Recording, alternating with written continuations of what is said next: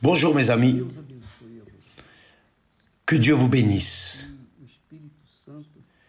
que le Saint-Esprit, qui est notre guide, qui a été le guide de notre Seigneur Jésus-Christ, vienne vous guider en accord avec sa volonté.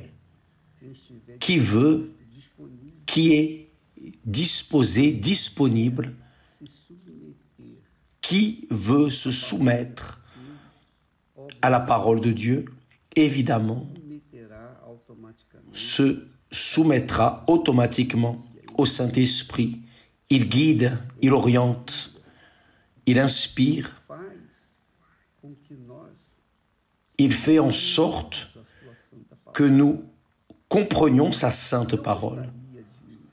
Et j'aimerais aujourd'hui traiter de ce sujet qui intéresse tout le peuple sur toutes les terres, dans le monde entier.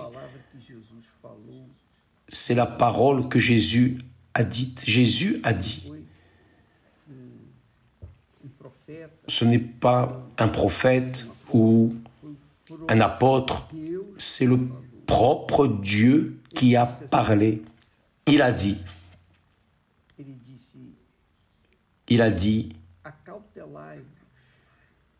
prenez garde que personne ne vous séduise, que personne ne vous séduise. Comment une personne peut-elle se mettre dans une position de ne pas être trompée? Et encore plus avec les informations, la violence des informations à travers Internet et les moyens de communication. Comment est-ce qu'une personne peut ne pas se tromper avec des fausses informations, fake news, etc. Mais Jésus a dit, prenez garde que personne ne vous séduise. Et ensuite il dit,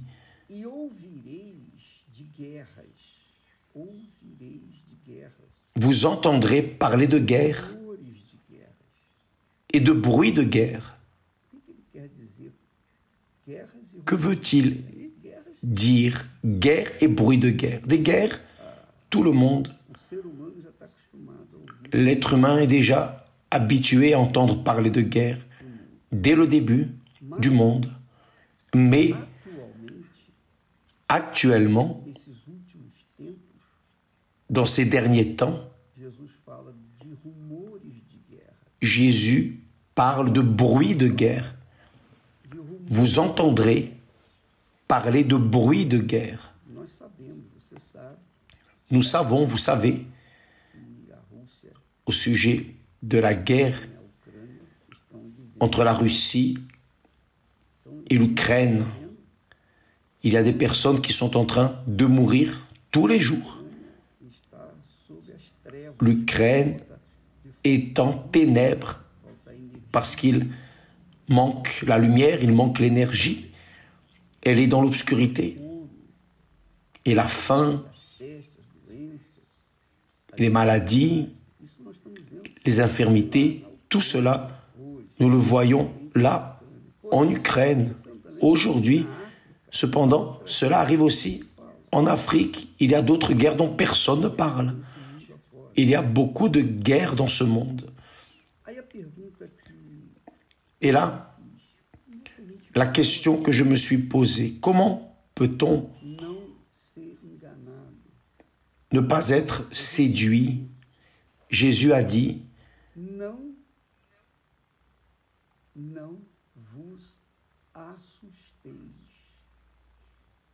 Jésus a dit de ne pas être apeuré. Comment peut-on vivre dans ce monde sans être apeuré par les guerres et les bruits de guerre? Je crois que la troisième guerre mondiale qui est en train de commencer. En Europe, on parle très clairement de guerre atomique. Les pays d'Europe sont en train de s'armer, de faire des souterrains, de faire des refuges pour les populations. Donc, nous voyons qu'il y a une grande peur. Les personnes sont effrayées, vivent effrayées, sujettes à la peur, au doute, sujettes à un état émotionnel catastrophique. Et c'est la grande guerre que tous les êtres humains affrontent, parce qu'au-delà des guerres extérieures, il y a les guerres intérieures, qui sont le côté émotionnel de l'être humain. Vous qui me regardez en cet instant, vous êtes peut-être en train de vivre dans cette situation. Vous êtes émotionnellement fragilisé.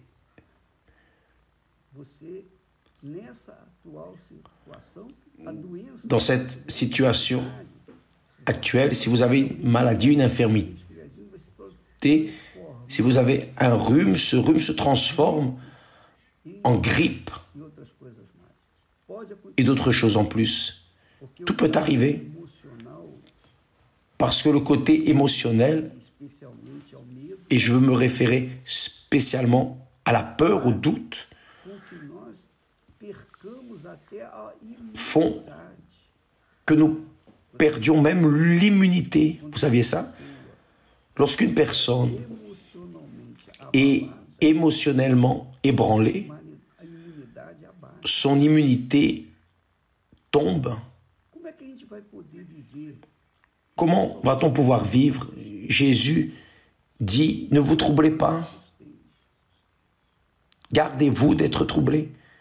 Comment pouvons-nous rester sans être troublés face aux calamités, des maladies, des pestes, des guerres, des bruits de guerre, des problèmes politiques, du manque d'eau, manque de nourriture, les pestes qui se propagent?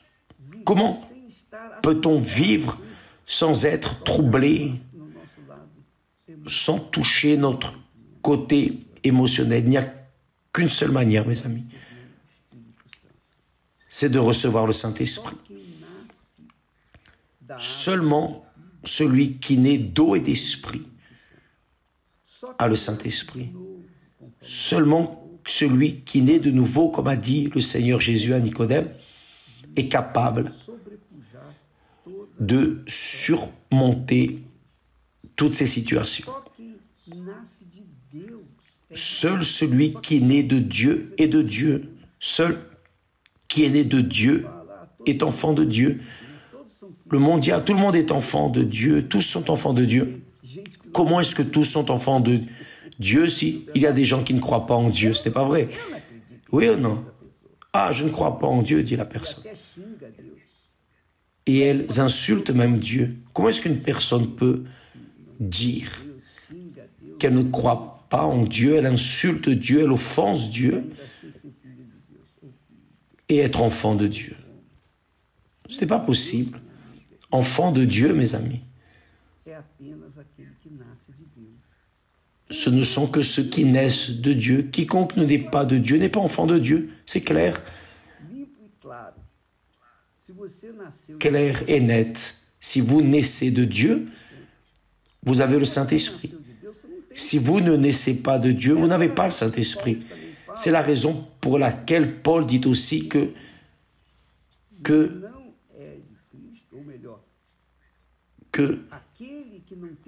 celui qui n'a pas l'Esprit du Seigneur Jésus-Christ ne lui appartient pas. C'est-à-dire, il n'est pas enfant, n'a rien à voir avec lui. C'est seulement lorsqu'une personne née de Dieu qu'elle a l'Esprit de Dieu. et ayant l'Esprit de Dieu, intérieurement, elle est forte, résistante, elle est inébranlable. Elle est inébranlable. Pourquoi? Parce que le Saint-Esprit la réconforte. Il est le consolateur. Il est le stimulant. Par exemple, nous affrontons des luttes dehors de manière innombrable. Mais nous sommes debout. Nous ne perdons pas des nuits de sommeil à cause de cela, non. Le Saint-Esprit est notre bon pasteur. Réellement, c'est ce que Jésus a dit à travers David. L'Éternel est mon berger et je ne manquerai de rien. Il me mène vers les verts pâturages. Seul celui qui est enfant de Dieu a ce droit, a ce privilège d'être guidé par le bon berger qu'est Jésus dans la personne du Saint-Esprit. D'abord est venu Jésus, ensuite vient le Saint-Esprit, l'Esprit de Jésus, pour prendre soin des brebis du Seigneur Jésus. Donc, mes amis, c'est seulement quand une personne née de Dieu qu'elle a cette assurance émotionnelle, spirituelle. Ça ne sert à rien d'avoir de l'argent. On peut avoir l'argent qu'on veut. Bien sûr, qui est pauvre, qui vit dans la misère, dans la pauvreté, veut avoir de l'argent et pense « Ah, si j'avais de l'argent, je pourrais résoudre tous mes problèmes. » Non. Ceux qui ont de l'argent disent ainsi « Ah, j'aimerais avoir la paix. Juste un peu de paix. Je donnerais tout pour avoir un peu de paix. » Oui, ils n'ont pas de paix parce qu'ils n'ont pas l'Esprit de Dieu. Ils n'ont pas l'Esprit de Dieu parce qu'ils ne sont pas nés de Dieu. Seulement celui qui naît de Dieu est enfant de Dieu. C'est clair. Vous pouvez être ma fille, je peux être votre enfant, vous qui me regardez maintenant. Non. Non, je ne peux pas. En aucune manière. Je suis né de mon père, de ma mère, parlant de manière humaine. Mais après, j'ai connu mon Seigneur et Sauveur Jésus-Christ qui m'a mené à la condition d'enfant de Dieu. De la même manière que lui, Jésus, est né de Dieu, il est né de Dieu pour être enfant de Dieu, n'est-ce pas? Ce n'est pas comme ça. Le Saint-Esprit est descendu sur Marie et a engendré en elle le Fils de Dieu qui est Jésus. Cela doit arriver avec vous, avec tout être humain. C'est seulement ainsi que nous ne resterons pas troublés, préoccupés, anxieux, nerveux, déséquilibrés émotionnellement, non. C'est seulement lorsque nous avons l'Esprit de Dieu que nous avons tout.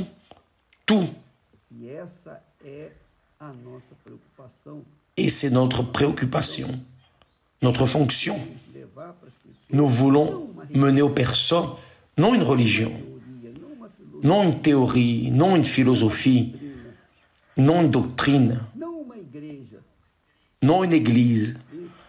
Nous voulons que vous naissiez du Saint-Esprit. Parce que si cela n'arrive pas, vous continuez à être la même créature, vous continuez à être l'enfant de votre père et de votre mère. Pour être enfant de Dieu, vous devez être engendré par Dieu, c'est clair. C'est comme 2 plus 2 font 4. Vous naissez de Dieu, vous êtes enfant de Dieu. Vous n'êtes pas né de Dieu, vous n'êtes pas enfant de Dieu. Voyez que Jésus a dû être engendré par le Saint-Esprit pour être enfant du Dieu très haut. Et c'est le modèle qu'il nous a donné pour que nous comprenions ce qu'est être véritablement enfant de Dieu. Et quiconque est enfant de Dieu veut plaire à son Père. Quand la personne naît de Dieu, elle veut faire la volonté du Père. Comme ce fut le cas de Jésus. Père, que ce ne soit pas ma volonté, mais la tienne. 3 fois, il a prié. Il a fait cette prière. Donc, mes amis, Nous ne voulons pas que vous embrassiez une religion, une église, non. Nous voulons que vous embrassiez ce que Dieu a dit, ce qu'il a dit est vérité. Qu'il pleuve ou qu'il fasse beau, cela va arriver. Il n'y a rien d'autre à faire. Jésus a dit, ne soyez pas troublés. Comment peut-il demander ou ordonner une chose que nous ne pouvons pas faire? Non. S'il a dit, gardez-vous d'être troublés, c'est parce qu'il nous donne la condition de ne pas être troublés avec les bruits de la guerre, d'une troisième guerre, la dernière guerre atomique.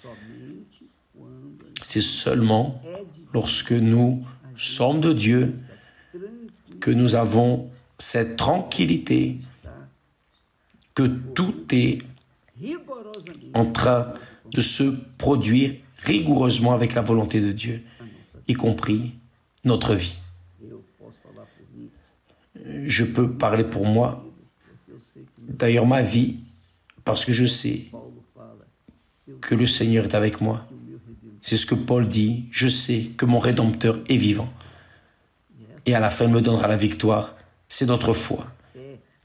Donc cette foi, c'est celle qui doit diriger votre vie, guider votre vie. C'est la foi, c'est l'oxygène divin, c'est l'oxygène du royaume de Dieu. Avoir l'Esprit de Dieu. Si vous ne l'avez pas, faites de tout, investissez, mettez toute votre force. Les personnes mettent toute leur force pour avoir une formation professionnelle. Elles étudient 4, 5, 6 ans et parfois toute la vie pour avoir plus d'informations, plus d'informations. Vous n'avez pas besoin d'entrer dans une faculté ni une école pour avoir le Saint-Esprit. Vous devez vouloir, vous devez chercher, vous devez croire dans ce que Jésus offre. Lorsque le Saint-Esprit viendra, il vous guidera dans toute la vérité. Demain, nous parlerons plus à ce sujet. Mais n'oubliez pas, pour être de Dieu, vous devez naître de Dieu. Tout comme Jésus est né de Dieu, vous devez naître de Dieu. D'accord? À demain, que Dieu bénisse. D'ailleurs, je ne peux pas oublier, samedi, nous aurons la promenade de l'amour. J'aimerais beaucoup être au Brésil pour participer avec Esther à cette promenade qu'il y aura dans toutes les grandes villes au Brésil, et spécialement à Sao Paulo. Vous emmenez votre fiancé, votre mari, votre épouse, emmenez vos enfants, emmenez votre famille pour cette promenade, la promenade de l'amour. Vous aurez un moment de loisir. Par exemple, qui habite à Sao Paulo, au parc Ibirapuera. Vous aurez quelques heures de loisir, ne pensant que l'un à l'autre et communion dans la même foi. Que Dieu vous bénisse ce samedi à 9h30, si je ne me trompe pas, horaire de Brasilia. Que Dieu vous bénisse au nom de Jésus. Amen.